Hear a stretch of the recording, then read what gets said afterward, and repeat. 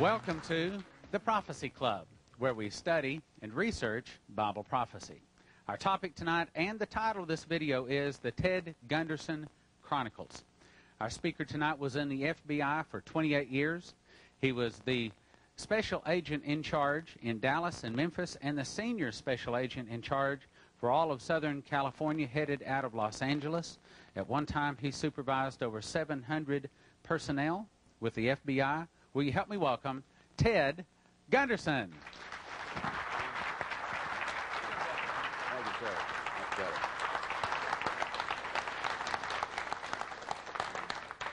Thank you very much. It's great to be back in the Midwest. I was raised in Missouri, Iowa, Nebraska, and as a matter of fact, I lived right here in Kansas City in my youth. So, the greatest people in the world as far as I'm concerned. And last night I went out and took a little walk, and I was over in Kansas, Topeka, Kansas, and I got a breath of that fresh air because I've lived quite a few years in Los Angeles, so I know I really did enjoy coming back here. Let me just start by saying that after I retired, I learned about a number of matters which were very shocking to me. Before my retirement, when I was in the FBI, I can honestly say I was never exposed or had no knowledge at all whatsoever of any possible corrupt situations. Of course, I had the privilege of having served under that great American J. Edgar Hoover for 21 years, till he passed away in May of 1972. And don't you let our adversaries tell you anything different. They have put out disinformation, and he is the victim of an extensive disinformation program that he's a homosexual. He was not a homosexual. Instead of making him a homosexual and a degenerate, I'm sure they would love to say that too, they've tried. I must say he was an American hero. Instead, they've taken people who were sympathetic to the communist movement and made heroes out of them. As far as I'm concerned, schools and streets right today should be named after J. Edgar Hoover. As Ephraim Zimbalist said to me once, I play golf with Ephraim once in a while, when the lion is dead, the rats come out of the woodwork, and that's the case with Mr. Hoover. But anyway, in my bureau career, people have asked me, didn't you see any corruption? No, I did not see any corruption. And possibly because in the bureau, at the time of my retirement, there were 164 categories. If any cases came in that fell in those 164 categories, we investigated it. Otherwise, it went in what we call a zero basket. And we did a great job. These included kidnapping, bank robbery, extortion, skyjackings. I handled the skyjacking personally, negotiated with the skyjackers July 12, 1972, Philadelphia International Airport. Background checks, Communist Party USA, Black Panthers, internal security, espionage, and the list goes on and on and on. We had a great record. I'm sorry to say that the Bureau has changed. There's no question about it. The FBI today, in 1996, is being used by the politicians to further their games and their goals. So, there are a few things that have happened to me, some major matters that have happened to me since my retirement. And most recently, I was giving a lecture in Las Vegas, and I sat at the head table next to a gentleman. And this gentleman, in his day, had been in naval intelligence, and he was telling me that on December the 4th, 1941, 3 days before Pearl Harbor, he was in the communications room in Washington, D.C., a naval intelligence officer, and we received, the U.S. government received a communication, an intercept of Japanese message that had been sent, and we had broken the Japanese code, and this message stated that we were going to bomb Pearl Harbor on December the 7th. He was very elated to have received this. He passed it up to his superior passed it on. After the war was over, he came back to Washington, D.C., and was told he was going to have to testify. They had a congressional hearing on this. He was given a subpoena. His boss called him in and said, even though you have a subpoena, you're not going to testify. And he said, well, I don't understand this. He says, look, you don't understand now, someday you will. You're not going to testify. And he didn't testify. Now, it's been documented, and I've heard it on a number of occasions, that we knew about Pearl Harbor in advance. This is the first time I've had information directly from a person who was aware of this. I also received some information recently in my tours and lectures and what have you I did a TV show in Long Beach, California. One of the gentlemen involved in the show was in the U.S. Army at one time. He told me that in the spring of 1973, we had bombed all of the North Vietnamese supply lines. We had mined their harbors. They were cut off. And one of his associates was in the communication room in Saigon. And this is, of course, a classified job. And when he was in this room, he received this message from the North Vietnamese: we surrender unconditionally. He passed it on to his superiors, and all Army personnel were immediately ushered out and replaced by State Department personnel. It was shortly thereafter that Kissinger met with the North Vietnamese officials in Paris, France. Why do these things happen? Why did we not take advantage of the advance notice of Pearl Harbor? And why is it necessary for us to be subservient to North Vietnam when we obviously have won? I think at the end of this lecture, you may have the answer. In fact, I'm sure you'll have the answer. I think you'll understand much better than you do and have in recent years. Anyway, when I first came out of the FBI, as I said, I came out in 1979. Attorney General Griffin Bell hired me to coordinate security for the Pan American Games. Attorney General Griffin Bell was under Jimmy Carter, President Jimmy Carter, and I went to San Juan, Puerto Rico for the summer of '79. Great experience. I lived with the athletes, 5,500 athletes in the village there, and I'm happy to report that America's softball team, girls softball team I might add, adopted me as their mascot. So I have a nice softball autographed by all the ladies of our softball team. In fact, I even rode to all the games with them on the bus. But anyway, they won the gold medal, of course. That's beside the point. But I had a great experience. And I came back and started my own international security consulting firm in Los Angeles, California. And I was a consultant for the '84 Olympics in Los Angeles. And one of my first cases that I handled, I was contacted by some of Dr. Jeffrey R. McDonald's doctor friends. I don't know if you remember the movie Fatal Vision, the book Fatal Vision. This was the former Green Beret doctor, and he was a doctor at Fort Bragg, North Carolina. On February the 17th, 1970, he was asleep in his living room. It was a house on Castle Drive on the base. It was an open base, however. And he was awakened by two white males, a black male in E6 sergeant stripes with camouflage jacket, and also by a white female with a floppy white hat and a long blonde wig. The white female had lights flickering across her face. She was chanting, "Acid is groovy, kill the pigs, acid is groovy, kill the pigs." The two white males, one had a knife, one had an ice pick.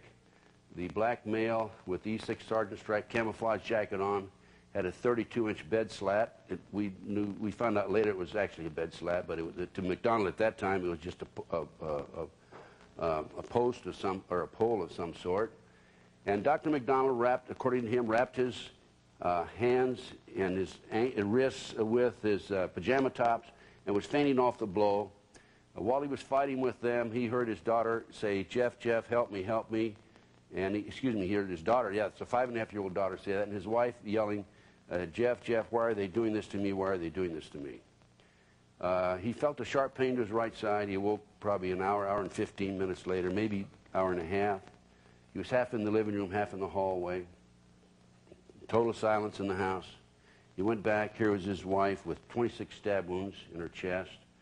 The children had numerous stab wounds in their bodies. Well, all three of them were killed. The government, it was on a government reservation, the government claimed that Dr. McDonald went to bed and he noticed that the 5.5-year-old child who was sleeping with the mother had wet the bed, and he had a big argument with his wife, and because of this argument over the child wetting the bed, he wiped out the whole family. It's absolutely ridiculous. But anyway, so I was asked by some of Dr. McDonald's friends to investigate the case. And I told Dr. McDonald, I said, if you're guilty, as soon as I find out you're guilty, I'm not going to investigate any further. If you're innocent, I'll go right to the mat with you. Now, the gentleman had just been convicted in August 1979 of these three murders. Even though the murders had been committed some 9 years prior to this, there were a number of appeals. And he was not indicted by the grand jury until 1974. So that was the reason for the delay. So I entered the case, and I noticed in reviewing the case, going through records, and I spent hours reading all kinds of material, the court dockets and testimony, etc. I noticed that skin that was in Colette's fingernails was turned over to William F. Ivory, who was the chief investigator for the Army, and it disappeared. Dr. McDonald did not have a scratch mark on him. The skin obviously was from one of the assailants, Colette being the wife. From skin, you can tell what type blood the person is who was scratched, right? That just plain disappeared off the earth. Also, in reviewing the records, I noted that there were 14 candle wax drippings in the house. And remember now, Colette had light flickering across her face. And these candle wax drippings, including one that was in the child's bed sheet, were foreign to any other candles and candle wax found in the house. I also noted that an FBI agent, hairs and fibers expert named Paul Stombaugh, lied to the grand jury, and if you want documentation on that, you can read the book Fatal Vision by McGinnis. And in there, it states that he testified before the grand jury and said that the hair in Colette's right hand was Colette's hair. Well, what happened was they found that Colette had hair in her hand. They tested it against Dr. McDonald's. It did not match, so it had to come from someplace. So they said it was Colette's.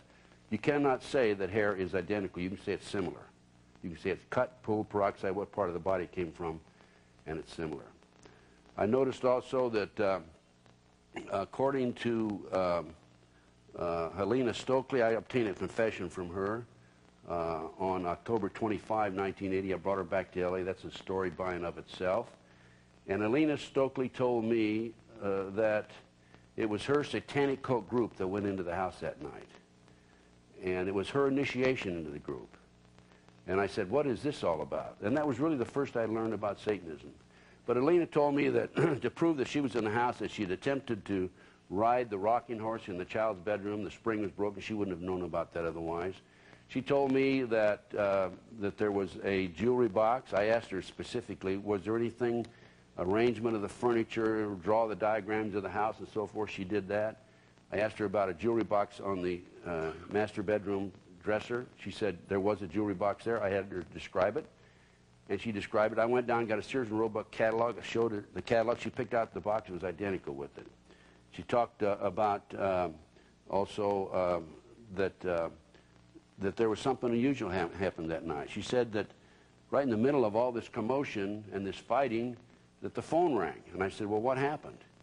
And she said, well, I answered the phone, and there was a man asked for Dr. McDonald. And I said, well, then what happened after that? And she said, well, Dwight Smith, who was the person she identified as also being there were some 7 individuals involved in the crime, said, hang up the GD phone. And so she hung up the phone. Well, later on, I found out through my investigative effort that the person who made that call was a fellow named James Fryer, and he was in the penitentiary in western North Carolina, out of Asheville, North Carolina. And I called the warden. I made arrangements to go out and interview him on a Saturday morning. Well, when I arrived out there that morning, can you guess what happened? He had escaped the night before. And in developing additional information on the case, I learned that one of the early prosecutors, Jim Proctor, was the judge's ex-son-in-law. He was divorced from his wife, but still the judge was a grandfather to the children. And I learned that the police intelligence files on this group of Satanists that Helena described by name gave me descriptions of exactly where each one of them went in the house, what happened, step by step. Intelligence files disappeared out of the Fayetteville Police Department files, and also out of Waycross, Georgia, because one of them had been arrested down there. I learned subsequently that there were 2 black fibers on Colette's tongue in her mouth. There was a black fiber on the 32-inch bed slat, and there was a black fiber wool on her chest, black wool, okay? Determined it was black wool. The FBI had in their notes, their handwritten notes, that it was black wool, and a question mark as to where it came from. When the report was filed, typed up, the formal report was typed up and filed and furnished to the defense, that information was left out. Now, in conducting my investigation, I learned that the only black wool in the house that night was Helena Stokely's skirt. She had on a black wool skirt. I also learned that as a result of my confession, and later on there were some other confessions, a girl named Kathy Perry confessed to the FBI, but she said that she was high on drugs, and there were two children, they were boys that were killed that night, so the FBI discounted it. There's another individual, Greg Mitchell, who was one of the assailants named by Helena Stokely, who confessed to the neighbors that he was involved in the murders. But to this day, to this very day, that man is still in jail, in spite of this overwhelming evidence that he's innocent. Now, to confirm and document that it was a satanic cult murder, there were several signs that were left behind. This is always usually the case. They always leave signs behind.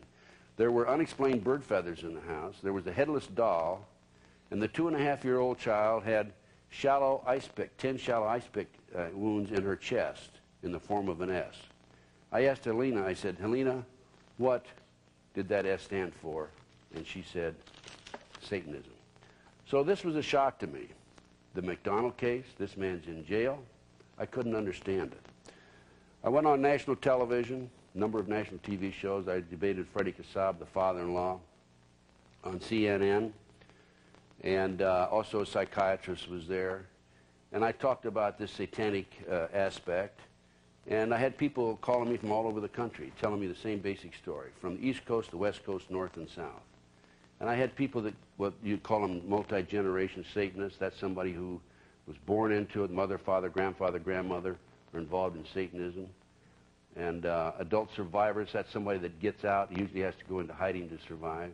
I had these people calling me from all over the country telling me about the ceremonies and about the extent of the satanic movement in this country today.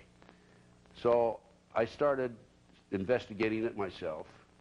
I gave a number of lectures on it. I had some national exposure, of course.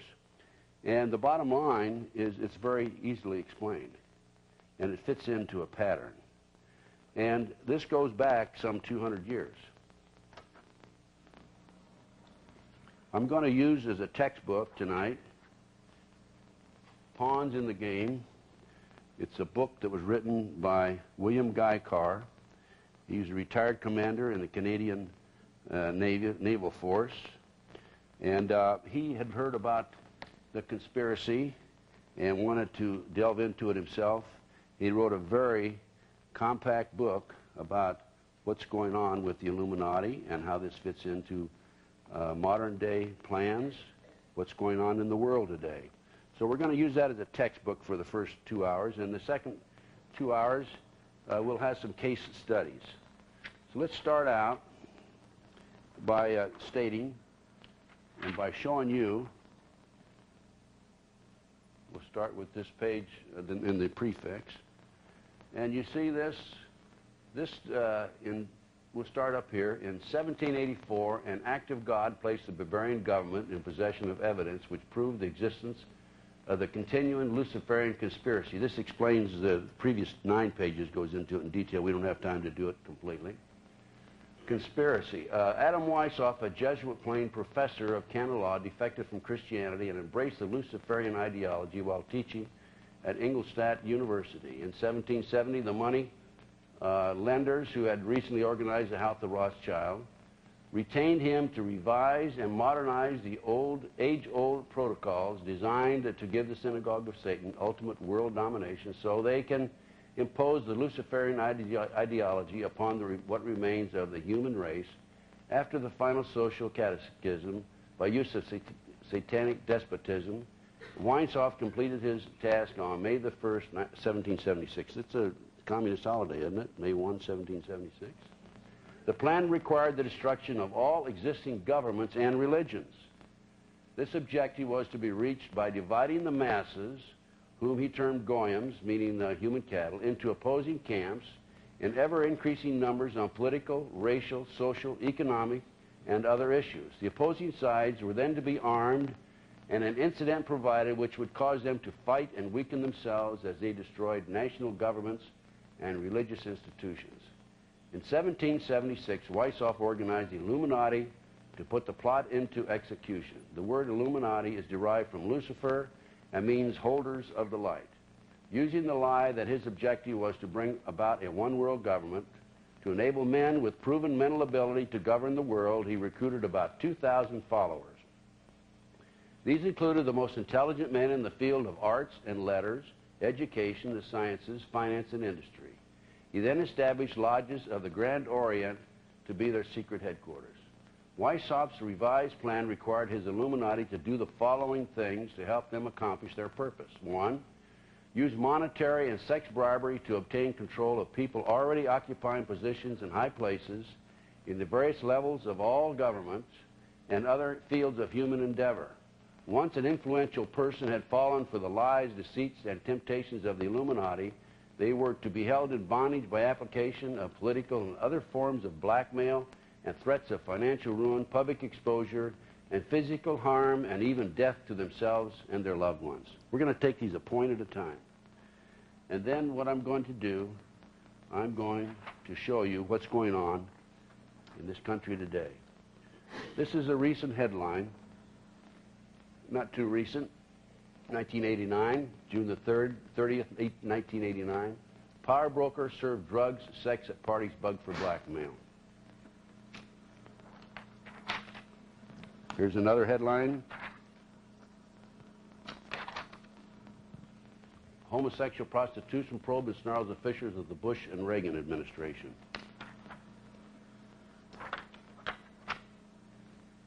Top Japanese politician linked to Spence. Craig Spence was a CIA operative. He was exposed as a CIA operative. His job was to set up dignitaries, politicians, congressmen, etc., and to blackmail them. Once he was exposed, of course, he didn't last too long. He lasted something like 6 months. Within 6 months, I think he was suicided. Now, recently, it's sometimes referred to as Arkancided, by the way. Not Spence, though. This was before Mr. Bill Clinton was in the White House. But in my experience as a private investigator, security consultant over the last 17 years, I've had a number of high-profile cases in addition to the Jeffrey McDonald case. And I'm happy to report I've had a phenomenal success record on it. It takes a lot of time, a lot of diligence, and the right contacts in order to be successful in this field. But in 1989, I was contacted by a gentleman by the name of Ed Weaver, a wonderful Christian man in Lincoln, Nebraska. And he had read about me in a book called The Ultimate Evil by Maury Terry. The Ultimate Evil was a story about the Son of Sam murders in New York. And Maury Terry wrote the book. He contacted me on the West Coast, asked me to help him do the research on it, et cetera, which I did. Involved on the West Coast the murder of a producer named Roy Radin. And I'm happy to report that the people who were responsible for his contract murder or contract killing of Roy Radin are in jail today. There's 4 of them, serving all 4 of them serving life sentences with no parole. And I'm also happy to report that I had a little bit something to do with putting them in jail for the rest of their lives. But as a result of my name appearing in the book The Ultimate Evil, Ed called me and said, you know, are you the same Ted Gunderson that went to Lincoln High School in Lincoln, Nebraska, and went to the University of Nebraska? And I said, I am. He said, well, I'm Ed Weaver, and I was your classmate, and of course I remembered him. But he said, we have a real problem here in Nebraska. We have a case called the Franklin Cover-Up, and in this particular case, the FBI and the IRS raided the Franklin Credit Bureau, which was a credit bureau established in the minority neighborhood in order to furnish banking and financial opportunities to the minorities. People on the board of directors included people like Harold Anderson, who was past publisher of the Omaha World Herald, other very prominent citizens. And as a result of the raid, there was publicity. Larry King, by the way, was the individual who was president of the Savings and Loan. Not Larry King, live CNN, but Larry King, a black man, a fast-rising star in the Republican Party, had sung the national anthem at Texas at the Republican National Convention and New Orleans at the Republican National Convention. As a result of the publicity, there were 80 children in Omaha came forward and talked about being exposed and ritualistically and sexually victims of this element, this group of people. These were some of the leading businessmen in Omaha. These kids named not only Harold Anderson, but they also named Bob Wadman, chief of police, as being involved in this ring. They named Gene Mahoney, past former vice squad with the vice detective with the Omaha Vice Squad, Omaha, Nebraska, and he's now head of the Forestry Service for the state, has a park named after him between Lincoln and Omaha. They named the editor of the society page of the Omaha World Herald. They named the heir to the Brandeis fortune. I mean, these were top citizens, highly respected people in the community. And of these 80 children that came forward, 4 of them gave statements. Of the 4 who gave statements, 2 of them later recanted, probably under pressure. 2 refused to recant, Alicia Owens and Paul Benassi. And actually, what happened with Paul, they feel like they apparently discredited him because he had been convicted of child molestation. Alicia Owens claimed that she had sex with Bob Wadman, chief of police, when she was 14 years old. She told the grand jury that. And as a result, they tried her for perjury before the grand jury, and she was convicted. As far as I'm concerned, I attended the trial, a day of the trial, and it was a kangaroo court. There's no question in my mind. But this was the situation, and in discussing the matter, I did go back to Nebraska, of course, after talking to Ed, and I'm telling you right now about my experience there in talking to Paul and Alicia and so forth. But in talking to Paul, he gave me a number of signed statements. By the way, Gary Caradori, the investigator before me, died in an airplane crash coming out of Chicago. He had called they had a state Senate committee that was organized for the purpose of checking into this situation, this child sexual ring. And he had called the Senator, Lawrence Schmidt from Chicago. He was sent back there on a lead. Called Senator Schmidt, and said, I have the goods right now. They cannot get out of it. He got on an airplane that night, and the plane crashed outside of Chicago, about an hour and a half out of Chicago. And his briefcase is missing, and the back seat of the plane is missing. They claim that he had engine trouble and the plane disintegrated, but there was a farmer who saw a flash of fire and light, and he felt that it was very obvious to me and obvious to anybody else that there was probably a bomb in the plane. I can't prove it. This is what is being spread and thought about at the present time, and has been for some time. But anyway, Gary Caradori had done a great job on the case. I was not replacing him in full because I couldn't work full-time on it. I had a business in California. But in talking to Paul Benassi, he told me about the number of times when he and others were taken out of schools, private schools in Omaha, driven by limousine to Sioux City, Iowa, and placed on private jets and flown to Washington, D.C. for sex orgy parties with congressmen and senators. Paul told me, and has drawn from me, the living quarters of the White House. The public's not allowed in the living quarters of the White House. There's no question in my mind Paul is telling the truth. But in addition to this, he talked about an organized child kidnapping ring, which I will discuss later on in the lecture. We'll discuss that in the second half, by the way. But this is your documentation. This is what I'm saying. And by the way, Paul knew Craig Spence, knew him very closely, and had worked with Craig in setting some of these politicians up. So then we come back to the second point, and number 2 starts here. Illuminati on the faculties of colleges and universities were to recommend students possessing exceptional mental ability belonging to well-bred families with international learnings for special training in internationalism. This training was to be provided by granting scholarships to those selected. They were to be educated and indoctrinated into accepting the idea that only one world government can put an end to recurring wars and tribulations.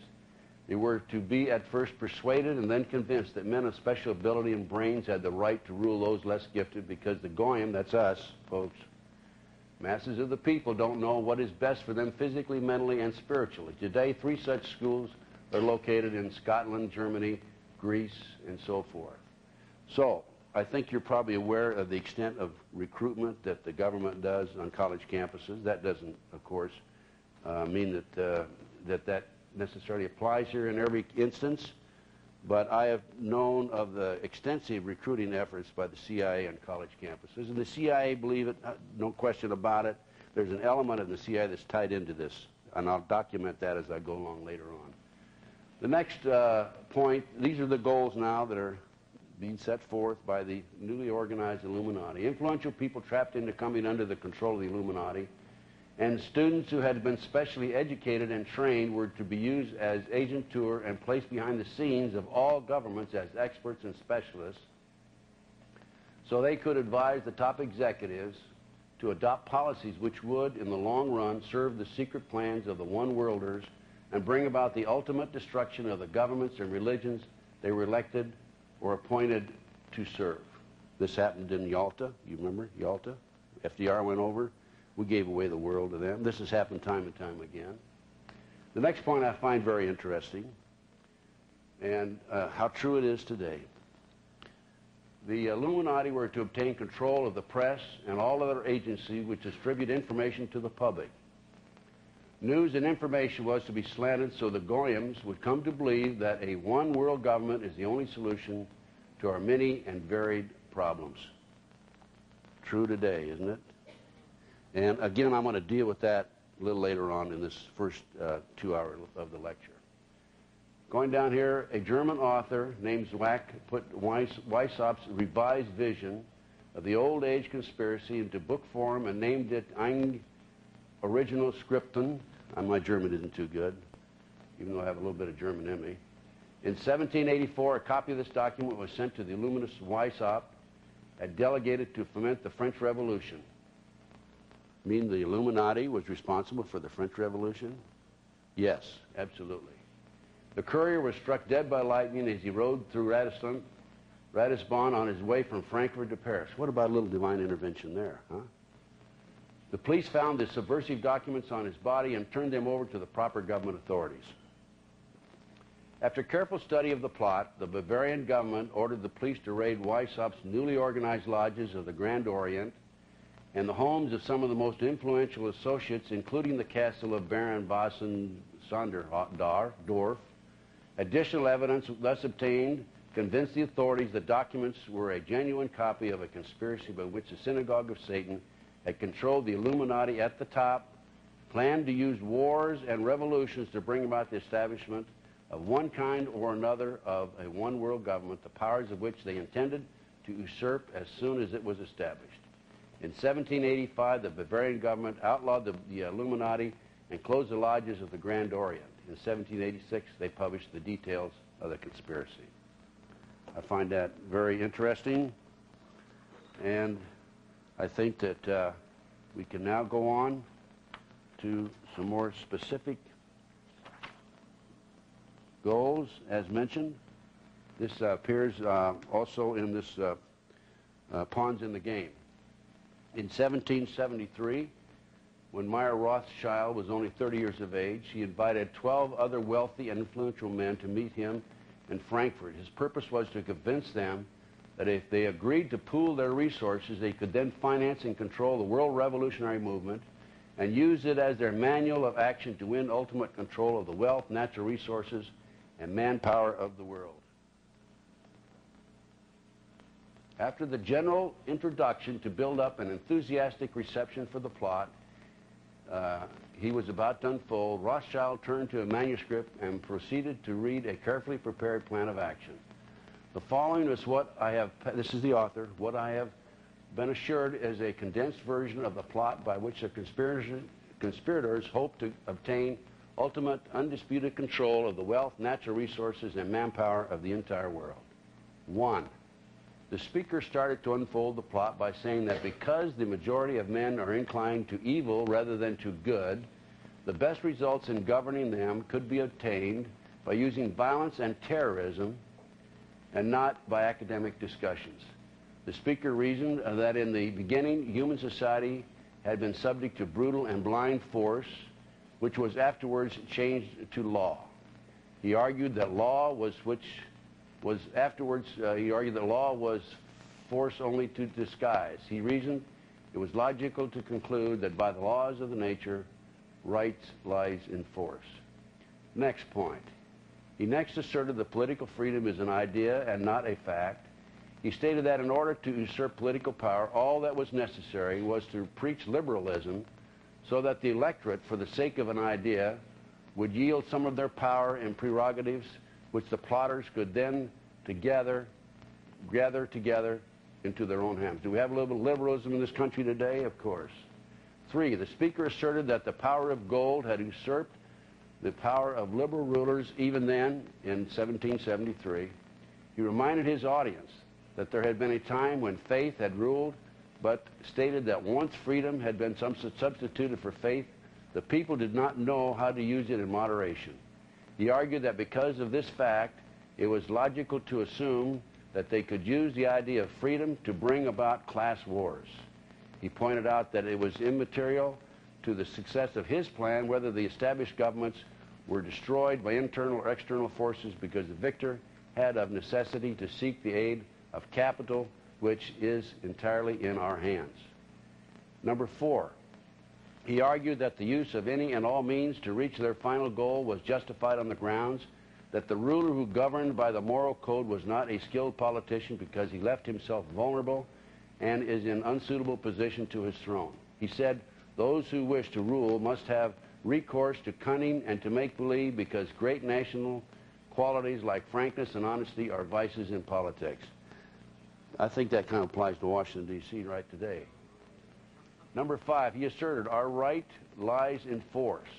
The word right is an abstract thought and proves nothing. I find a new right to attack by the right of the strong and to scatter to the winds all existing forces of order and regulations, to reconstruct all existing institutions,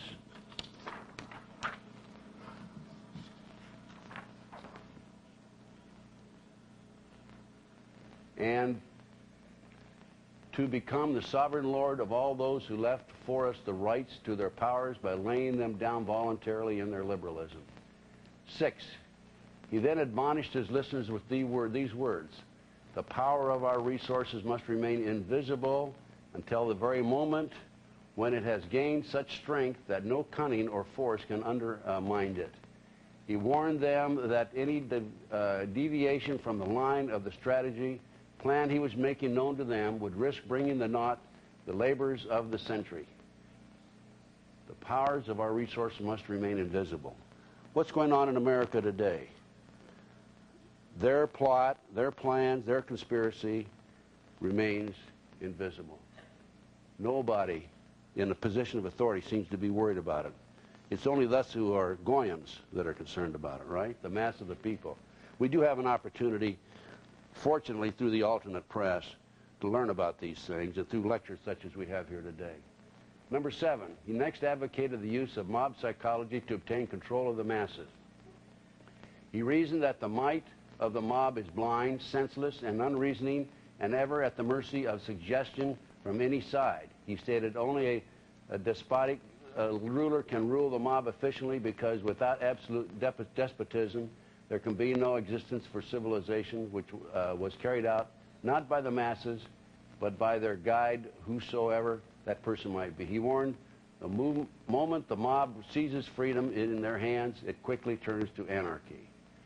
Number 8, he next advocated that the use of alcohol, liquor, drugs, moral corruption, and all forms of vice be used systematically by their agenteurs to corrupt the morals of the youth in the nation. He recommended that the special agenteurs should be trained as tutors, lackeys, governesses, clerks, and by our women in the places of dissipation frequented by the goyams.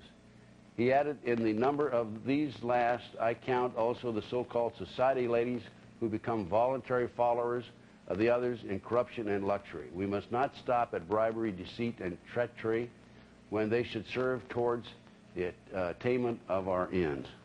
Well, what about the youth today? What about drugs today? What about corruption of the morals of our youth? The CIA is the biggest drug dealer in America, has been for years, starting back in the 1960s, okay? going on. By the way, speaking of drugs, let me just mention there's a recent article in Reader's Digest. In fact, it was January 1996. And here's what it says. In 1993, some 6 tons of heroin, 200 tons of cocaine, and 3,900 tons of marijuana crossed the Mexican border into the United States. Now, this is just what's crossed the Mexican border. This doesn't count what came into Mena, Arkansas. The Mena, Arkansas drug operation was a $100 million a month operation for 10 years when Clinton was governor there. By the way, Larry Nichols, who was marketing director of the Arkansas Development Finance Authority, which was used as the device for laundering the drug money and for making the loans, told Bill Clinton, according to Larry Nichols, that we had this big drug operation going, and Clinton told him, hey, that's a federal problem. Well, now that he's president, I guess maybe it's a state problem. But for those of you who are not familiar with the Mena, Arkansas situation, the Arkansas Development Finance Authority was established in order to provide money, loans to schools, churches, and students. And instead, it was used to launder money from the Mena drug operation. And in that particular operation, they were flying arms out and drugs in. And Bill Clinton himself personally signed off on each loan. The loans were not repaid in many instances. In some instances, they didn't even make one payment. And Don Tyson, according to Clinton Chronicles, number 2, himself took a $10 million loan from there and never paid it back. So we're talking about just the Mexican border here. We're not talking about what was flown in and out of this country. We're not talking about what's coming over from the Canadian border now. And my confidential sources tell me that there's extensive drug operations coming in from Canada. Now, stop and think about this. There's an extensive amount of corruption in the state of Nebraska. There's no question about it. My sources in Montana tell me that there's an extensive amount of drugs and corruption with officials in that state. It makes a lot of sense, and it's much easier to corrupt a state with a few small population rather than with a large population like New York and California. So I think that's what we're looking at, and that would also include, of course, Arkansas. Now, according to these statistics are estimates by the White House Office of the National Drug Control Policy. Now, bear in mind, there was 1993, 6 tons of heroin, 200 tons of cocaine, and 3,900 tons of marijuana. I've already said that once. Now, yet that year, Customs confiscated from trucks, tankers, and vans less than 9 tons of marijuana, 4 tons of cocaine, and no heroin. So we're talking about corruption? Yes. Corruption at the highest level. Now, I have some sources, some confidential sources who furnish me information from time to time. And there's code words for some of these various operations. The code word that I'm going to tell you about right now, and this is in my source's own handwriting. He doesn't write too well, so I may make some mistakes. The Black Rose is the code word for this. It's a clandestine group of U.S. government operatives, primarily the CIA, which has for many years run illegal drugs and arms operations in both Southeast Asia via the Golden Triangle and the Middle East via the Golden Crescent, funded by the British socialist-based Russell Trust drug cartel. The Black Rose's current chairman and co-founder is an individual known as the White Rose, or GHWB, a known bisexual pedophile, and CFR, Council on Foreign Relations conspirator. This man, as a top member of the Skull and Bones Society, developed the heroin ring, which, while servicing as ambassador, along with his CIA activities.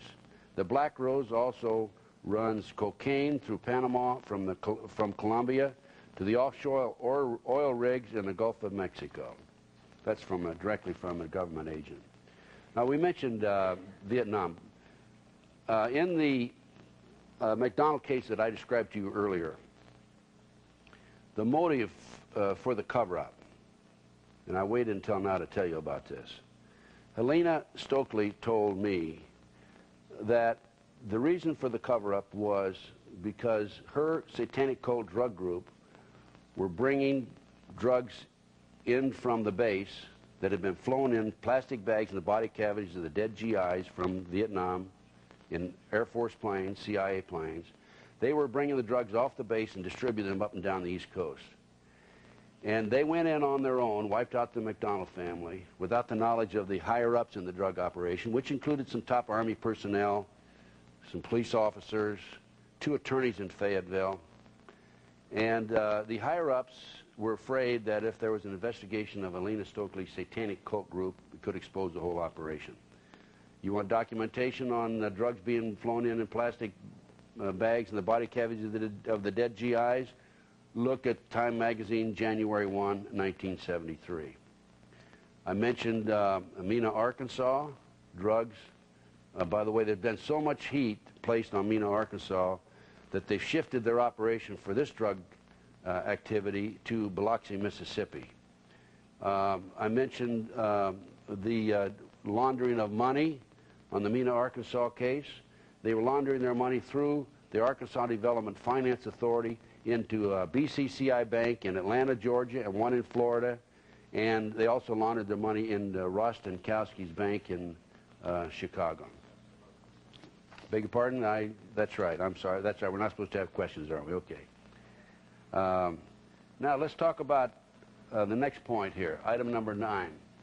Turning to politics, he claimed that they had the right to seize property by any means and without hesitation, if by doing so they secured submission and sovereignty. He pronounced our state marching along the path of peaceful conquest has the right to replace the horrors of war by less noticeable and more satisfactory sentences of death necessary to maintain the terror which tends to produce blind submission.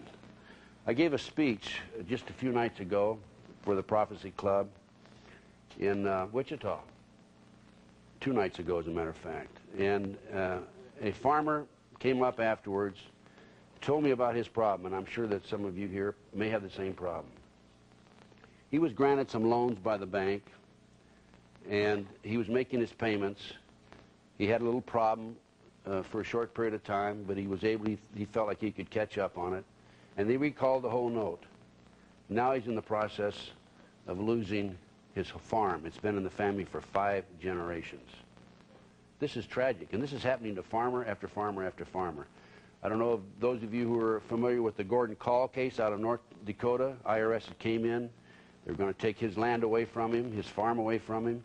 He had a shootout with the U.S. Marshals on the highway. His son, Yori, was shot and is presently serving life in the penitentiary right now. I'm glad to report that Yori's attorney is John DeCamp from Lincoln, Nebraska, who's also worked with the Nebraska Franklin cover-up case. John's a wonderful man and a great attorney, and I've been working with John, as I mentioned, since the late 1980s. But Gordon Call had to go into hiding in Arkansas, and he was ultimately murdered by the marshals. And the sheriff who went in with the marshals, according to information I have, made the statement after they shot him, "Oh, you shot the wrong man," and then the sheriff ended up dead. I can't say that somebody shot him or didn't shoot him, but I know he ended up dead. The house ended up being burned down. For those of you who are familiar with Dianne Feinstein, the senator from California, she's introduced a bill about taking the national parks and taking the state land and county land and turning it over to the federal government. There is an organization in the government itself known as the International Biosphere Reserves. The New World Order, this is again from one of my sources, for section of land, the New World Order term for section of land that has been turned over to the World Conservation Bank, that's the World WCB, in lieu of payments of the debt of the International Monetary Fund or the World Bank. It's called the International Biosphere Reserves. In the U.S., largely unknown by most Americans, many beautiful national parks and wilderness areas are quietly being turned over to the world bankers, the Rothschilds, Rockefeller cartel, as payment on the national debt. Areas such as the Smoky Mountain National Park, these are then cleared of any citizens and zealously patrolled by the U.S. Forestry Service. This is going on today, and as a matter of fact, of the 98 federal parks in this country, the United Nations has control of 47 of them. There is an agency, a little-known agency in the Treasury Department. It's called the Financial Crimes Enforcement Network. It's a little-known agency whose subversive mission is to monitor every dime you earn, track every dollar you spend, and identify all your assets and property for later confiscation. Let's go on to number 10. Dealing with the use of the slogans, he said, in ancient times we were the first to put the words liberty, equality, and fraternity into the mouths of the masses, words repeated to this day by stupid poll parrots, words which the would-be wise men of the Goyams could make nothing of in their abstractness and did not note the contradiction of their meaning and interrelation. He claimed the words brought under their directions and control legions who bore out our banners with enthusiasm. He reasoned that there is no place in nature for equality, liberty, or fraternity. He said, on the ruins of the natural and genealogical aristocracy of the Goyams, we have set up the aristocracy of money. Qualification for this aristocracy is wealth, which is dependent upon us. Well, let's look at wealth. Where's the wealth of this country today? Federal Reserve, right? And where does the money collected from the IRS go? Goes to the Federal Reserve. Doesn't go toward paying the national debt. And from the Federal Reserve System, which is a private held stock corporation, it goes into the World Bank.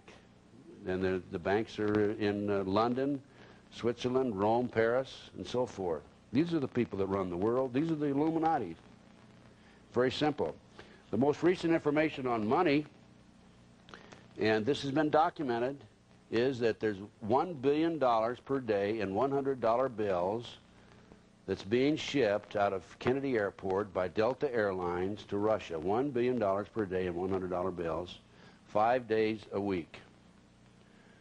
And for those of you who are not too familiar with the Federal Reserve System, I'm sure some of you do know this. I know most of you probably do. This is a well-educated group, obviously. The Federal Reserve asks the U.S. Treasury to print up $100 bills. The U.S. Treasury charges the Federal Reserve 2.3 cents per bill. And then the Federal Reserve takes that money that they have that came right out of the sky, right from the Treasury Department, and they loan it out. That plus principal and interest. Let's go on now to number 11. He then expounded his theories regarding war. In 1773, he set down a principle which the government of Britain and the United States publicly announced as their joint policy in 1939. Don't you find that interesting? Set down policy. He set down a principle that was announced by our government and the British in 1939. I find that fascinating. He said it should be the policy of those present to foment wars, but to direct the peace conference so that neither of the combatants obtain territorial gains. He said the war should be directed so that the nations engaged on both sides should be placed further in our debt and in the power of our agentures. Yalta again. We gave away, we basically won. What did they do to Patton? You remember what they did to Patton? He wanted to keep right on going. He was told by the president, stop. By the way, are you aware of the fact that we left, our government left, between 35 and 50,000 GIs in Russia after World War II? I'm sure you're aware of the MIA POW issue in the Vietnam. Okay? General Patton wanted to go after them. It was shortly after he said he was going to go into Russia and rescue our boys that he died in an automobile accident. Well, at least he wasn't Arkansas-ed. Okay, next. Number 12. He then dealt with administration. He told those present that they must use their wealth to have candidates chosen for public office who would be servile and obedient to our commands, so they may readily be used as pawns in our game by learned and ingenious men we will appoint to operate behind the scenes of government as official advisors. He added, the men we appoint as advisors will have been bred, reared, and trained from childhood in accordance with our ideas to rule the affairs of the whole world. I find this very interesting. They will have been bred, reared, and trained from childhood in accordance with our ideas to rule the affairs of the whole world. Now, I have, in my experience in developing information about satanic movement in this country, I've talked to a lot of people. An example of this, number 12, being born bred. I was contacted by a lady attorney in New York City. She was a multi-generation Satanist. You remember I told you that's somebody that's been raised, born into the family. Grandfather, grandmother, mother, father, etc. She told me that she was raised by her family. She knew well in advance that she was going to be an attorney, and she was sent to law school, and her specialty was immigration laws. And she would go to Europe and bring children into this country that she didn't know, land at Kennedy Airport in New York City, turn these children over, usually one child at a time, and she was a specialist on immigration, so she knew what to do in Europe in order to get their hands on this child, bring the child in, turn it over to a man, two men, in Kennedy Airport she'd never met before, and walk away. She was supposedly bringing the child in for adoption. I've seen case after case of history where people were specifically assigned and born and reared and trained for assignments in this area. Have you ever heard of presidential models? Presidential models are sex slaves for some of the top people in the government. There's a woman named Kathy O'Brien who's recently written a book on this. I happen to know of another lady who was a presidential model. And what they do, and these ladies were born for that purpose. In fact, one of them was born on Eisenhower's inauguration. And they're trained mind control, MK Ultra, Project Monarch. These are CIA mind control programs. They're trained specifically for an assignment. In this particular assignment, she told me, the one lady told me that she was molested on a regular basis by her father, and he still loved her, however. And when she was 16, he came in and he was crying in her bedroom. He said, "My dear, I've got to give you up." And he passed her on to some training for training with a group of men. She later ended up with some of the top politicians in the country, presidents. I'm talking about presidents. This has been confirmed by two individuals I've talked to, Kathy O'Brien and another one. The other one wishes to remain anonymous. And I understand there are three other ladies who fall in this category. They've all gotten out, and it's just like the children that they use for victims of pedophile. When they get so old, they let them out, push them out onto the street. Okay, item number 13. He dealt with propaganda and explained how their combined wealth could control all outlets of public information while they remained in the shade and clear of blame, regardless of what the repercussions might be due to the publication of libels, slander, or untruths. The speaker said, "Thanks to the press, we've got gold in our hands, notwithstanding the fact that we had to gather it out of the oceans of blood and tears. But it has paid us even though we have sacrificed many of our own people. Each victim on our side is worth 1,000 goyams." Well, don't you find that interesting? We're talking about propaganda. We're talking about the press, outlets of public information. I don't know how many of you are aware, but I recently ran for President of the United States. And in November, late November, I was sitting in my living room. I don't sit very often. I usually am working.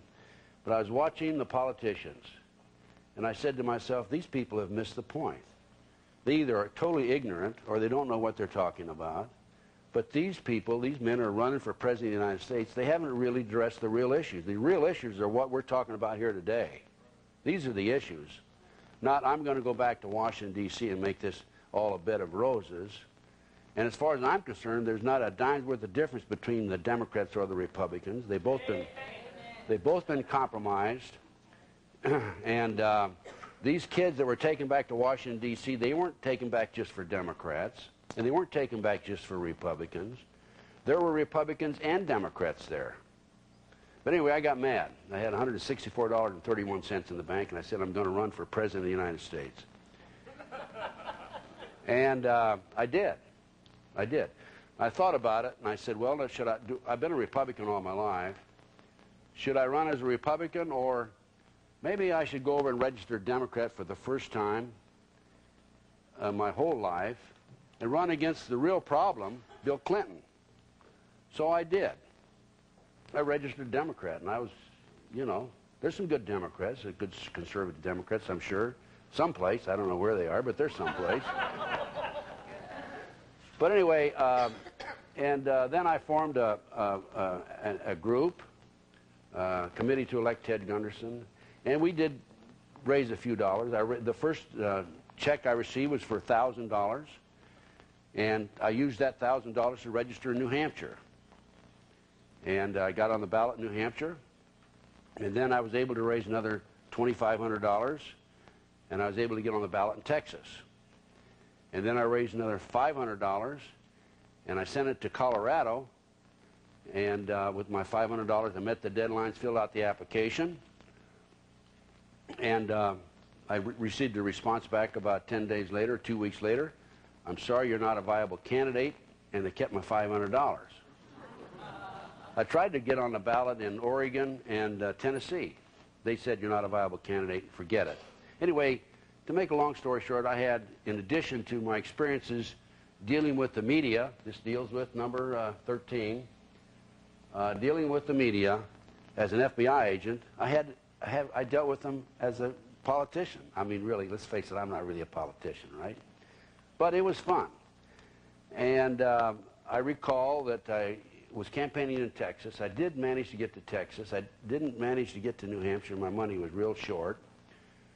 But a man came in. He liked my platform, strictly downsize the federal government, do away with the IRS, go back to the 17th Amendment, you know, states' rights, and so forth. The man came in. He said, look, he said, I'd like to support you. And I said, fine. You know, I need all the support I can get. He said, no, financially. I said, fine, but you can only give me $1,000 unless you put a political action committee together and you give me $5,000. He said, no. He says, I'll tell you what we'll do. We'll go on a joint venture, and I'll invest some money, and you can come in and be a business partner with me. I said, that's great. So I thought I was going to have some money, and so I called on February the 9th. I called a television station in New Hampshire. I called WMUR, ABC TV, Manchester, New Hampshire. And I said, look, I'm Ted Gunderson. I'm a presidential candidate, and I had a committee to elect, and I'd registered with the Federal Election Commission. And I want to run Clinton Chronicles this Sunday night, or a week from Sunday night. And what will 2 hours prime time cost me? Now, I thought I was going to have the money, because this man said, well, I'll bring $750,000 in. I'm going to bring it in from overseas.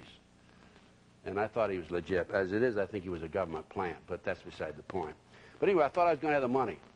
So, you know, bear in mind, as a politician, the only way they can turn me down as a candidate, a viable candidate, is if there's sex or drugs involved in the video or the show. Well, there's drugs involved, certainly, and sex involved, but it's not by me, right? I mean, it's a documentary.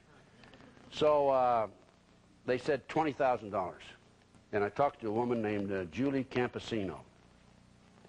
Call back Monday. Hi, Julie, this is Ted.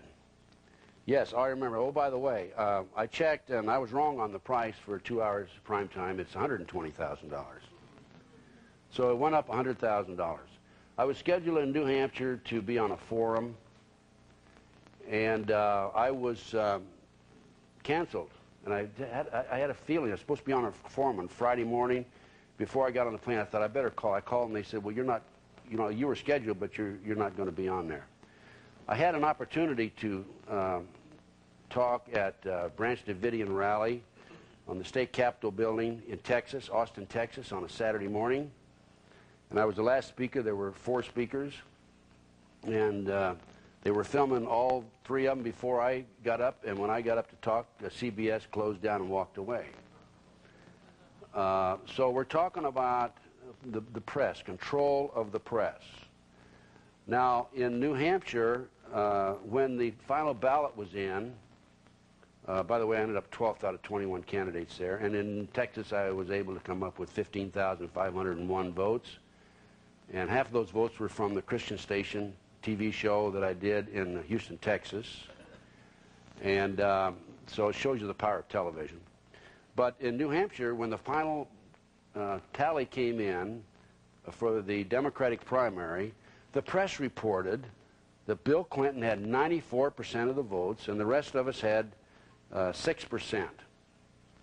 Well, I went behind the scenes and I found out that what happened was Bill Clinton actually had 91% and 3% of the voters submitted a blank ballot. That was never reported in the press. In Iowa, there was, in one instance, there was 13% of the votes were taken away from Buchanan. And what happened was the precinct captains reported the information to the media before he gave it to the electorates. And they reported it and put it out as the official news. By the way, in the Nebraska case, this is a typical example of controlling the press. Yorkshire Television out of England came into Lincoln and Omaha and did a 10-month TV documentary of the case. They talked to Paul Bonacci, Alicia Owens, and by the way, the kids told me that there were victims. Young children were being transported from Omaha to Des Moines, to Milwaukee, to Madison, back to Minneapolis. They were being victimized by some of the leading men in all of these various communities, leading businessmen. But Yorkshire Television came in. We couldn't, John could not get an American organization or corporation or American studio or film production company to do anything here, so he went to England. They worked for 10 months. They put together a TV documentary called Conspiracy in Silence. On May the 4th, 1994, it was to be aired. 2 weeks before it was to be aired, on the Discovery Channel was purchased by Cox Television, and the show was killed. Cox Television out of Atlanta, Georgia. One of the major stockholders in Cox Television, according to John DeCamp, is George Bush. I find that very interesting. Now, there was an article recently in the Las Vegas Review-Journal. And since I happen to live in Las Vegas, I happen to have noticed this, but I've seen this on a number of other occasions. It's dated April 3, 1996. This article deals with the Freeman. The Freeman's beliefs are described as the headlines.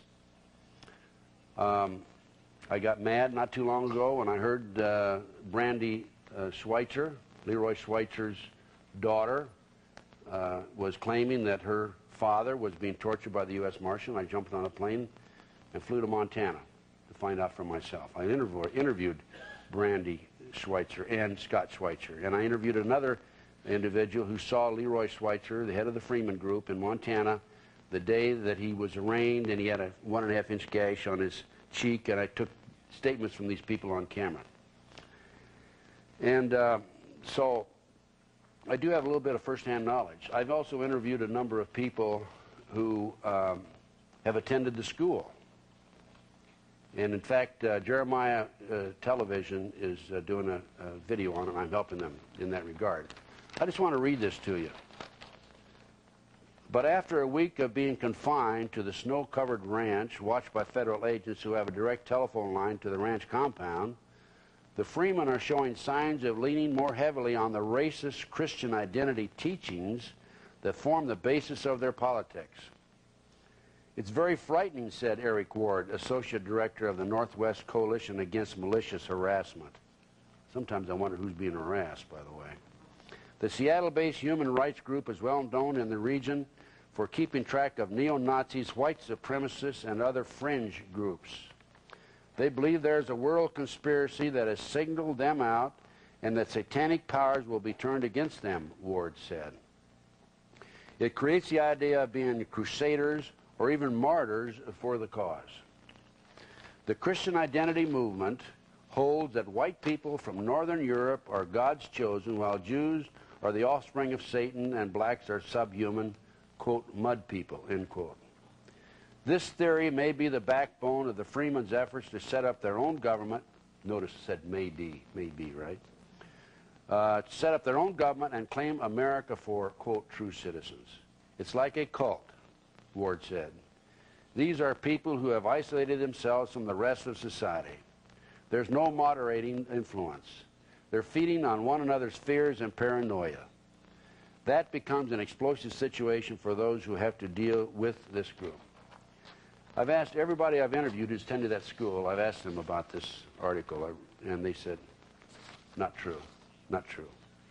That's how the media, the news is slanted. Now, I'd like to read, in conclusion with number 13, I'd like to read from an article that appeared in Operation Vampire Killer 2000. Some of you may have already seen this. And here's what it says. David Rockefeller, international billionaire, humanist, CFR, Council on Foreign Relations kingpin, founder of the Trilateral Commission, world order godfather, and in all probability the high school graduated voted most likely to be hanged for treason. I didn't say that. Voiced his praise of the control of the U.S. media for keeping their oath not to divulge the globalist plans to the public.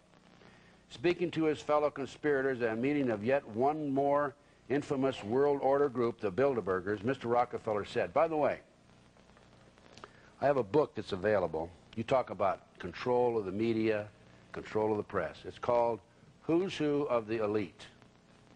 And if you're interested in this book, I'll be glad to make it available to you. I'll just have to give you the information. My address will appear, by the way, on this video at the end. And if I can't come up with it, I'll make sure that the Prophecy Club has it available to them if you want to get it from them. But this book is the Who's Who of the Elite. This names the members of the Trilateral, current members and past members, the Council on Foreign Relations, the Committee of 300, the Bilderbergers, Skull and Bones, and then it breaks them down. It points out the number that are working in the TV media. It points out the number that are working in universities. There's a lot of them in the universities, folks. It points out the number that are working in the publishing business and the number that work in the print media. I don't have those figures with me, but it's amazing and astounding how many that there are. And that's your control of the media. Anyway, continuing. This is what Rockefeller, according to Operation Vampire Killer 2000, this is what Rockefeller told the Bilderbergers. We are grateful to the Washington Post, the New York Times, Time Magazine, and other great publications whose directors have attended our meetings and respected their promise of discretion for almost 40 years.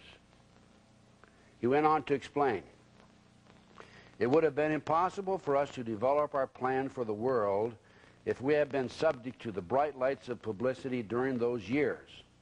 But the world is now more sophisticated and prepared to march towards a world government. The supernatural sovereignty of an intellectual elite and world bankers is surely preferable to the national autodetermination practiced in past centuries.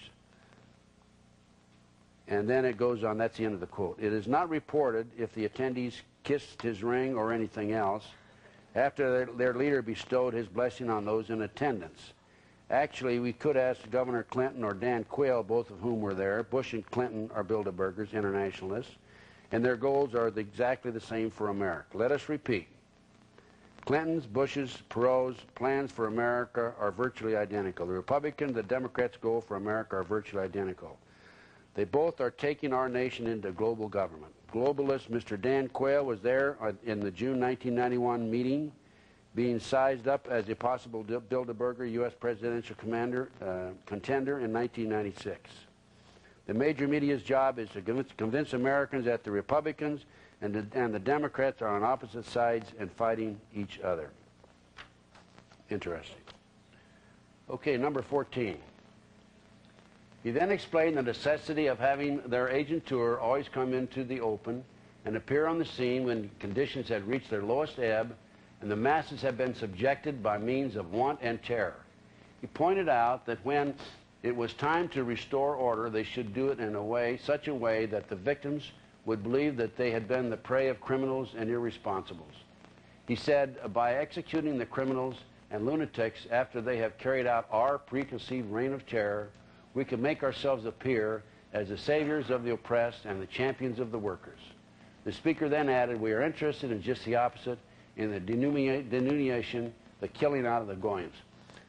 I have received information, and I want to be very cautious about this. I cannot document this. It's strictly intelligence, raw intelligence information, so I don't put it out as a fact. But if it's true, it's something to be concerned about. That weapons are being given to gangs in this country, gangs that are distributing drugs, men on the street, and that these gangs are the ones that have been designated to shoot and eliminate police officers when the time comes. And then the Army or the New World Order or the military, whoever's going to be taking over eventually, will come in and eliminate the gangs. I also have information that the biggest concern of the New World Order is not the militia. That's all a facade. I'm afraid they could eliminate the militia as it stands today without too much difficulty, although there will be some people that will be difficult to locate and seek out. But the biggest concern they have is the veterans who have come back from the various services, particularly the Navy SEALs and the Special Forces. And I have been told, and I think this is accurate information, I don't want to put it out as a fact per se, because I have not seen paper on it, and I usually like to say this is so because I've seen the documentation. But I've been told that these are the men that they're concerned about, the New World Order is concerned about. These are the men who have already had others assigned for assassination. In other words, these are the ones that will be the first to be assassinated when the New World Order tries to take over. Okay, next. He next explained how industrial depressions and financial panics could be brought about and used to serve their purpose, saying enforced unemployment and hunger imposed on the masses because of the power we have to create shortages of food will create the right of capital to rule more surely than it was given to the real aristocracy and by the legal authority of kings. He claimed that by having their agentur control the mob, and the mob could then be used to wipe out all who dare to stand in their way. Number 15, financial panic, right? Food shortage. What about savings and loan? You remember the savings and loan when they deregulated savings and loan? Millions of people lost their money, their life's savings. Right up here in Lincoln, Nebraska, Commonwealth Savings and Loan was written up and on 60 Minutes over that. There's organizations that advocate right today the reduction of the world population. They're actively advocating that. Warren Buffett, the richest man in America, on and off with another gentleman, depending on how much stock they bought the day before, and has been identified by the kids in the Nebraska case as being present at some of the meetings that were held. Warren Buffett is very active in this organization to reduce the world population. It's been alleged that the AIDS epidemic was actually started by the government. And then we have more recently this, the HARP program. For those of you who do not have this book, it is available through the Prophecy Club. Angels don't play this harp. Advances in Tesla's technology.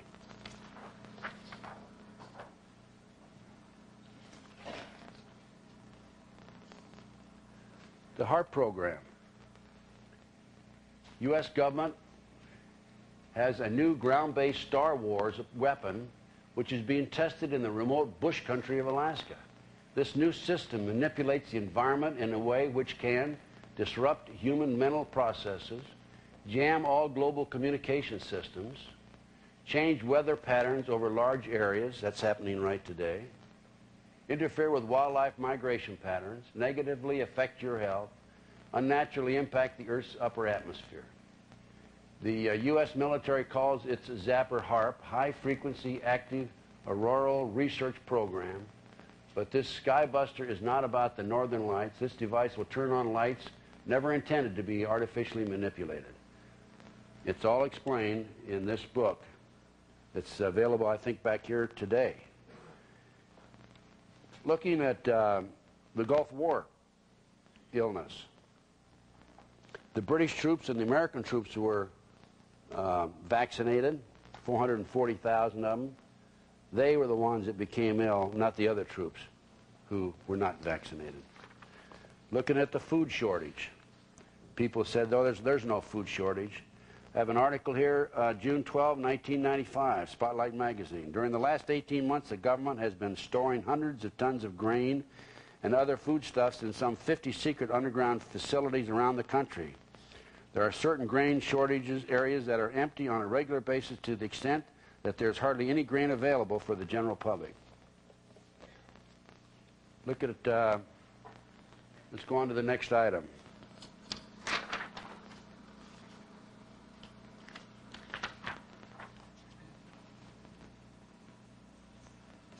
Oops. I'm not doing so well, am I? Oops. Let's see. Okay.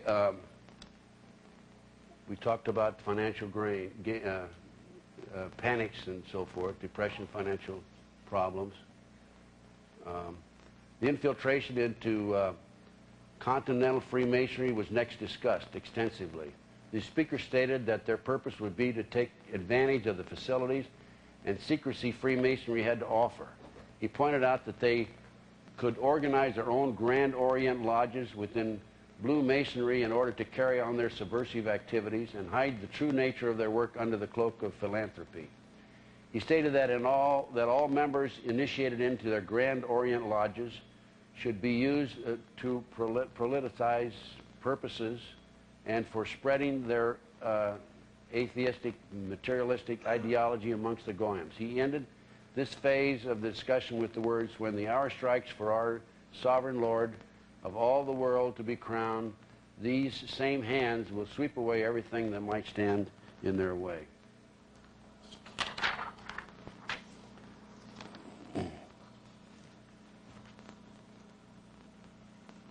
Number 17, he next expounded the value of systematic deception, pointing out that their agentur should be trained in the use of high-sounding phrases and the use of popular slogans.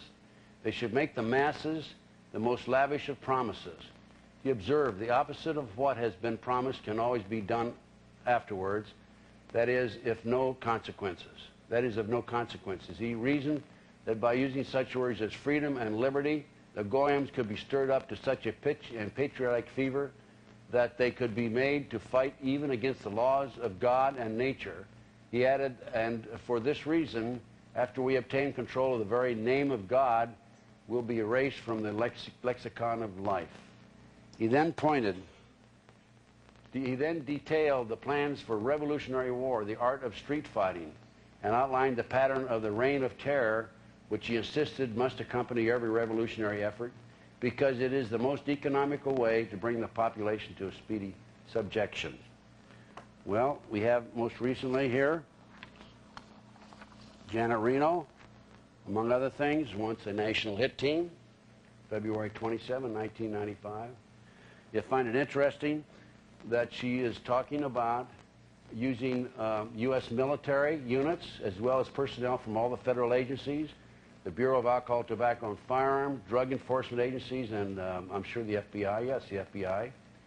And in fact, under the proposed new act, the Rapid Deployment Strike Force would be commanded by Deputy Assistant Director of the FBI and would be staffed by not only FBI agents, but through the transfer of personnel from their elites and entities into the Department of Justice or any other federal agency. So, we have there a direct contradiction and violation of the posse comitatus. I might mention that it's been documented that the military and civilian law enforcement agencies, federal agencies, have had a series of joint training sessions in Michigan and in Arizona in house-to-house training.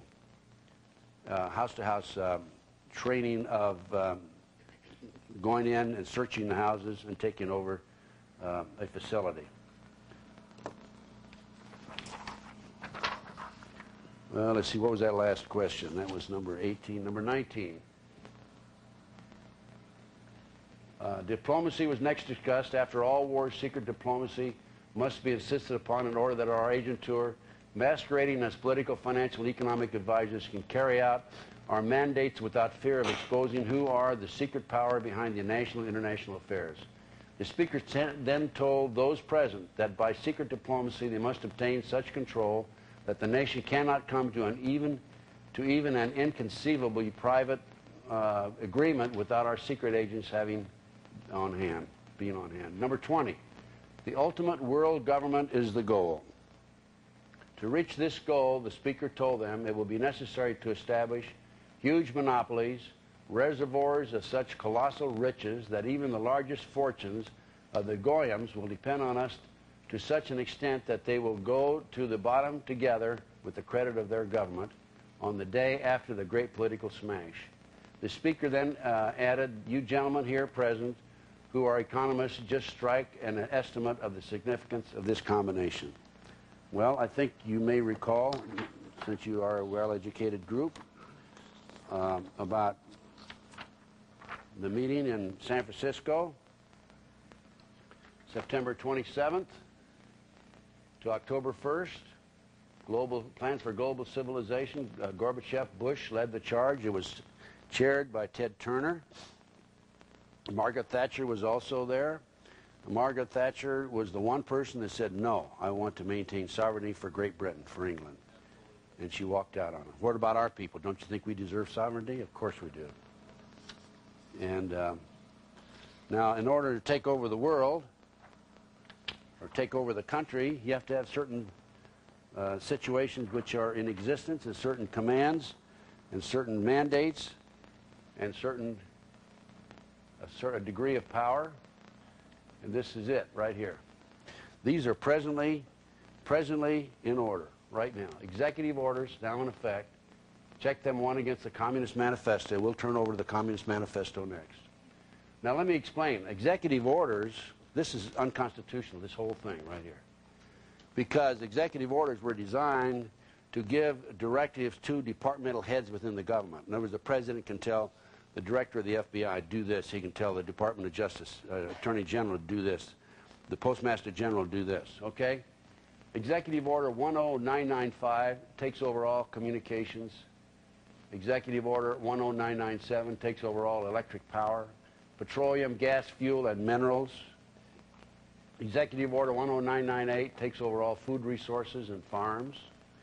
Executive Order 10999 takes over all means of transportation, controls highways and seaports.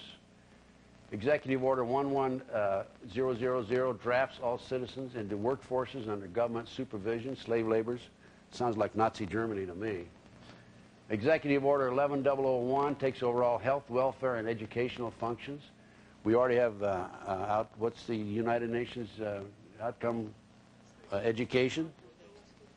And this is in many of our schools today, so they've already started in the educational functions. Executive Order 11002 empowers the Post Office General to register all citizens nationwide. They're probably already doing that through credit cards and Social Security Administration. I'd say that's probably already in effect. Executive Order 11003 takes over all airports and aircraft. Executive Order 11004 takes over housing and finance authorities and housing designated as unsafe, establishes new locations for populations, builds new housing with public funds. Executive Order 11005 takes over railroads, inland waterways, and public storage facilities. Don't you find public storage facilities kind of a strange? And that's strange that they would say that. But I can certainly understand why, because they want to go after the guns, they want to go after the food. There is a new legislation. I heard it's been passed, but at least I can say without any question it's been proposed, that would limit the time limit that you have food on your shelf in your home. Yes. By the way, going back to HARP, I forgot to mention, one of the devices on HARP, that's the electronic high frequency in Alaska that we mentioned a few minutes ago. Any car that's been built the last 4 years has a computer chip in it. And HARP can freeze that car in place once they turn it on. They have the capability of doing that. In New Jersey, they recently passed a law that placed very high restrictions on the exhaust emission of automobiles. And it's been stated, and I have the records of this someplace, I don't have it with me here today, that most of the automobiles that are 10 years old and older will not be able to pass the emission test in New Jersey. And, of course, that would not include the automobiles that have been built in the last 4 years. Executive Order 11051 designates the responsibilities of the Office of Emergency Planning, giving authorization to put the above orders into effect in times of increased international tension or economic crisis, anytime they want to do it, in other words. Then comes the big one, Executive Order 11490. All of the above orders are immediately activated. President John Kennedy at Columbia University in 1963 said it perfectly. The high office of the president has been used to foment a plot to destroy America's freedom, and before I leave this office, I must inform the citizens of their plight. 10 days later, he was dead.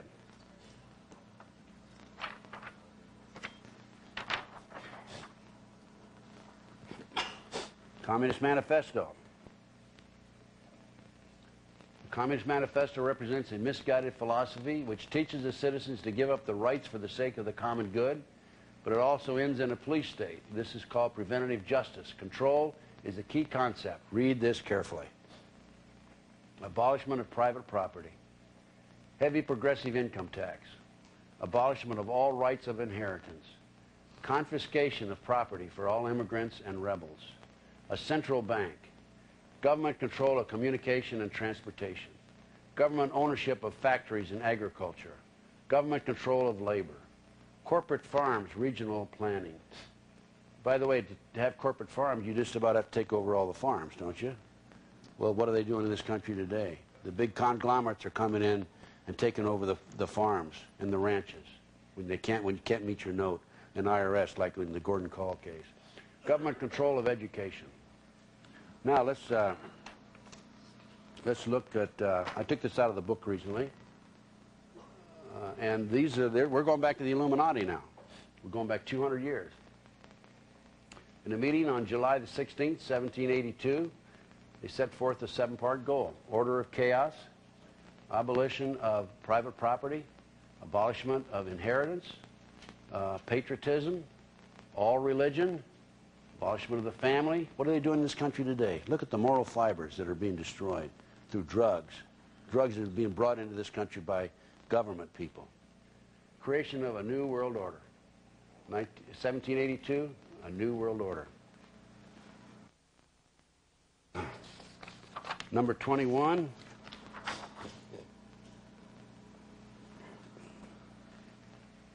Economic war. Plans to rob the Goyams of their landed properties and industries were then discussed. A combination of high taxes and unfair competition was advocated to bring about the economic ruin of the Goyim as far as their national financial interests and investments were concerned. In the international field, he felt that they could be encouraged to price themselves out of the markets.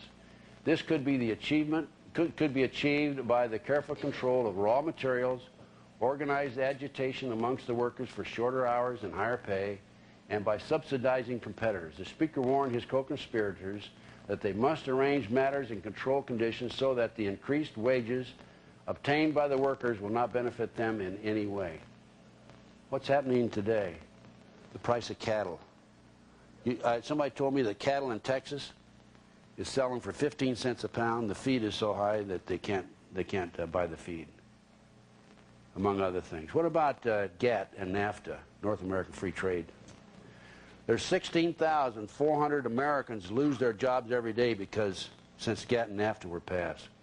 There's been over 800,000 people who've lost their jobs because of GATT and NAFTA. In the oil industry alone, from 1986 to 1992, the number of operating oil rigs dropped from 4,000 to less than 650. Oil was being brought, we were self-sustaining ourselves to a degree, and in lieu of the active oil wells, we have instead 15 super tankers that are bringing 15 million barrels of oil a day into Houston, Texas. Zapata Oil Company owns 5 of these super tankers. Zapata Oil Company is owned by the George Bush family. All the oil that we have in Alaska, I understand that there's been a strike in Alaska, and there's no question we could be self-sustaining just from the oil that's available to us in that state. Now, for the 26 years from 1946 to 1971, speaking of the America's economy, 1946 to 1971, for 26 years, the U.S. trade had a surplus of $98 billion. The economy grew from 4.8% per year. The national debt rose to $148 billion. For the next 23 years, from 1972 to 1994, the U.S. suffered a $1.6 trillion trade deficit, whereas we had a surplus of $98 billion before. The economy grew 3.8%. The federal debt soared an annual rate of 3,200% per year, more than preceding 26, not per year, but the rate of 3,200% more than any preceding 26 years by $4.3 trillion.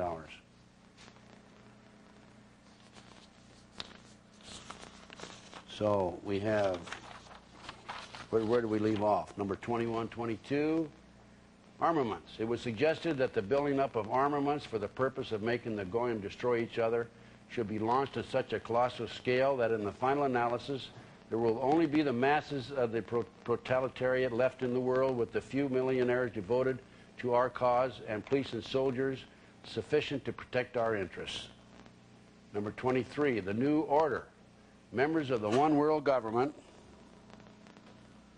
would be appointed by the director. He would pick men from among the scientists, the economists, the financiers, the industrialists, and from the millionaires, because in substance everything will be settled by the question of figures. Number 24, importance of youth. The importance of capturing the interest of youth was emphasized with the admonition that our agenteurs should infiltrate into all classes and levels of society and government for the purpose of fooling, bemusing, and corrupting the younger members of society by teaching them theories and principles we know to be false. Well, certainly we see that today in our youth. Look at the, when I was I remember when I was in grade school and junior high and high school, I never even heard of drugs. Now my granddaughter tells me in junior high that there's drugs all over the place. It's more serious and more serious every day. Number 25, national and international laws should be changed, but should be used as they are to destroy the civilization of the Goyim merely by twisting them into a contradiction of the interpretation which first masks the law and afterwards hides it altogether.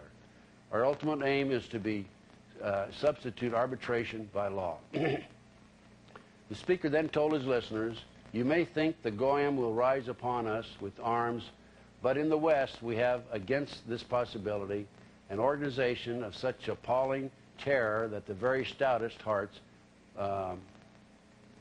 quail. The underground, the metropolitans, the subterranean corridors, these will be established in the capitals and cities of all the counties before that danger threatens." I have from a number of sources, these are confidential sources, that there are numerous underground facilities available to our adversaries throughout the United States. I have been told by a source that's reliable, a source that's involved in the intelligence community, that there is extensive city underground in the Las Vegas, Nevada area. I've also been told by reliable sources that there is a piece of equipment that will go through hard rock at the rate of, I think, 10 miles an hour. I'm not sure about how many miles an hour it'll go. And it'll spit this rock out, and you can drive a car or a train through it. I don't think there's any question about the underground subterranean efforts of this country. Going back to NAT and GAFTA, this is sent to me by an attorney. And the position statement: the so-called free trade under NAFTA and GATT is neither free nor fair. Free trade is newspeak for the subversive policy that was designed to destroy the American economy. It was hatched up by Harry Dexter White versus Frank Coe and Harold Glasser, mainlined by Senator George W. Malone on page 76. The Senate Finance Committee heard testimony on GATT that 32 nations favored tariff goods on goods which they exported to the United States. Every one of these nations had recently increased its tariffs on American goods. Now, one of them imposed the tariffs for the only admissible business reason there is, namely, to equalize the wage standards of living between two countries engaged in trade. That's mainline page 77. If a $10,000 American automobile is sold on the American market, $4,000 of that price is made up of taxes paid to support the government in the United States where that market is made possible. A Japanese car makes no such contribution to the American infrastructure. President Nixon explained it clearly. If we buy steel rail from England, they have the money and we have the rail. If we buy steel rail from ourselves, we have both the money and the rail. Allowing products that do not pay American taxes or American wages to plunder American markets destroys American jobs. American dollars are taken out of the American economy where the money creates more American products with American jobs. It is not building walls to protect the American economy from an anti-American policy that tears down American productivity and prosperity. That, ladies and gentlemen, I think fairly well documents the goals and aims of the New World Order. And then I would like to go on and describe some other activity that's taking place in this country. And by the way, before I forget, I need to tell you about a march, that's taking place right after the Republican convention out of San Diego. It's going to take place from, they're going to march from San Diego to Washington, D.C. And it's being sponsored by an organization known as CALL, down at the bottom. See if this works down here. Here, CALL. And CALL is Citizens Against Legal Loopholes. You might be interested in contacting these people for a Liberty Weekend. They plan to have the rally in D.C., and the number there at the bottom is 619-755-9319. And the purpose of the rally and the march to Washington, D.C.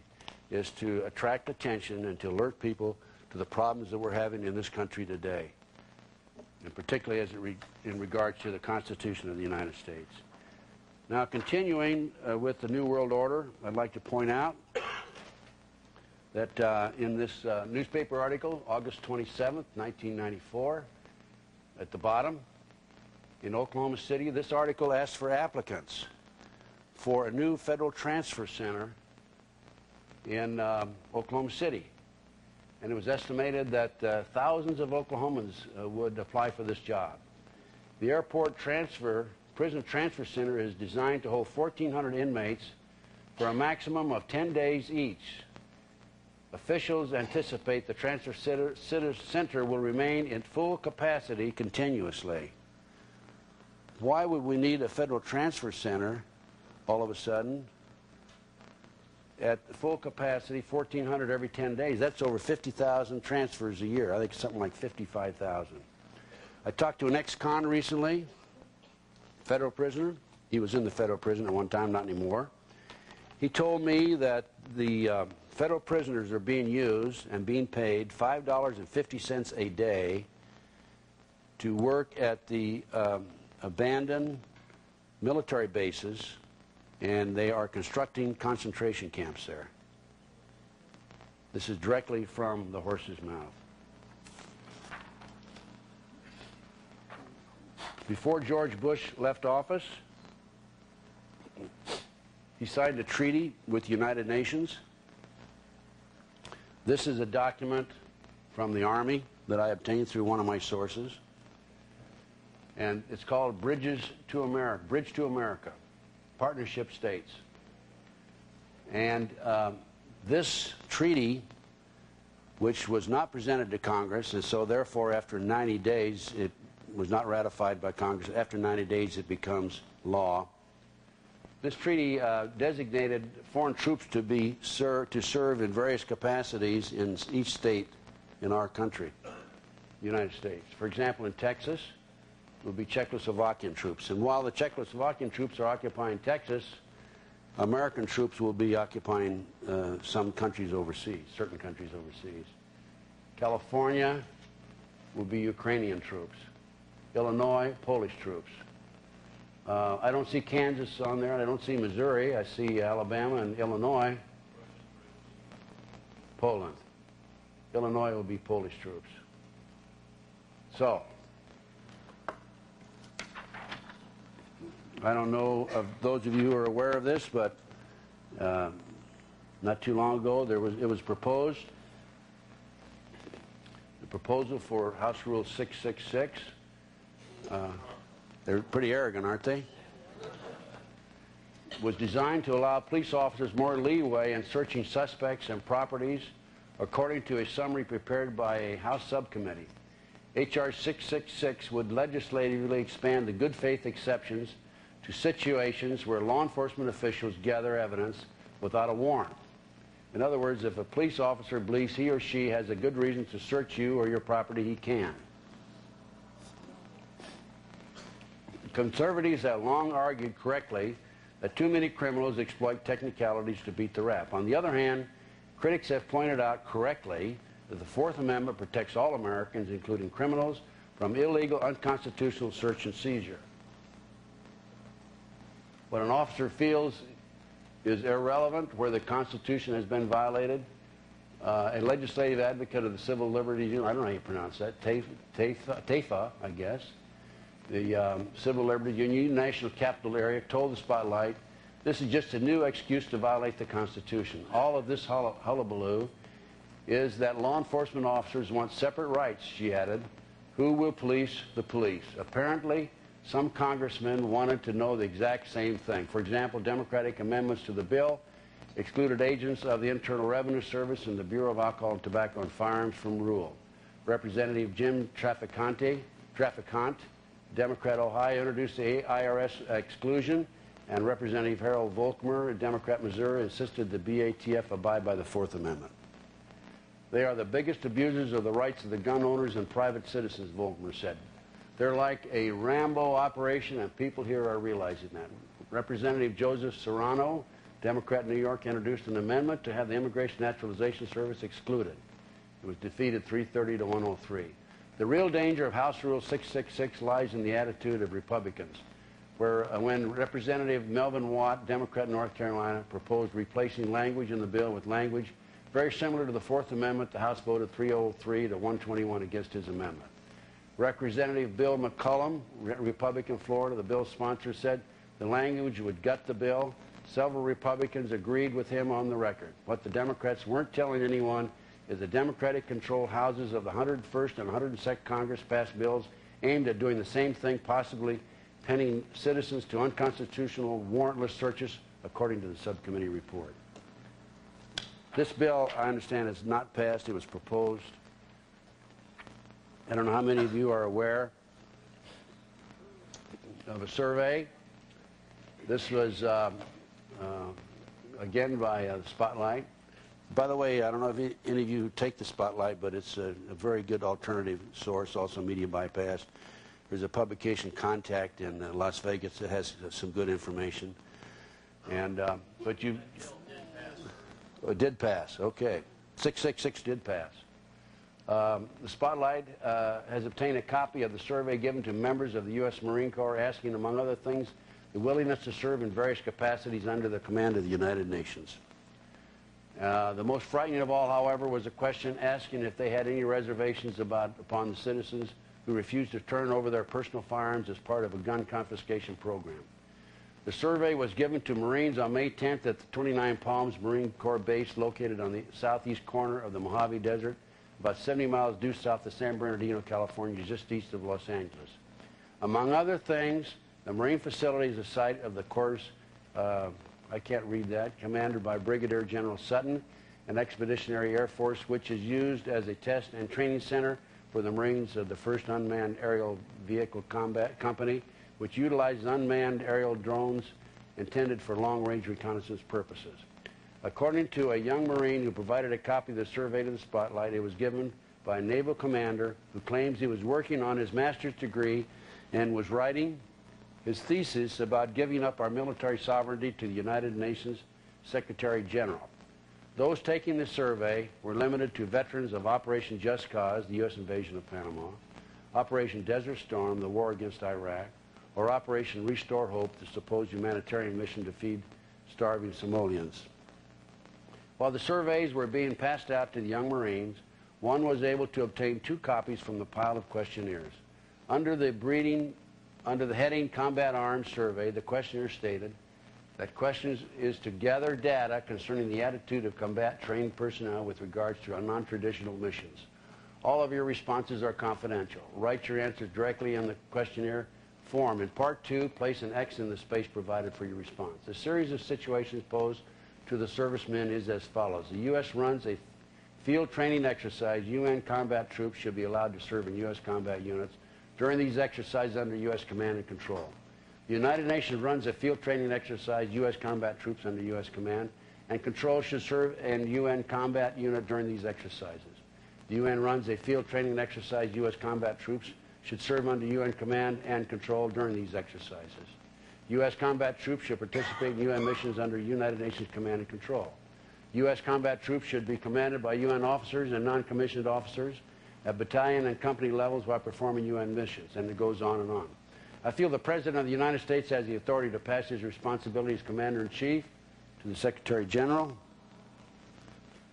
I feel there is conflict, and it goes on. But to make a long story short, one of the questions, as you can see, was I would fire upon U.S. citizens who refuse to resist confiscation of firearms banned by the U.S. government. The results of the survey were not available right there, but the ultimate result was 75% of the Marines said that they would not fire on a fellow citizen.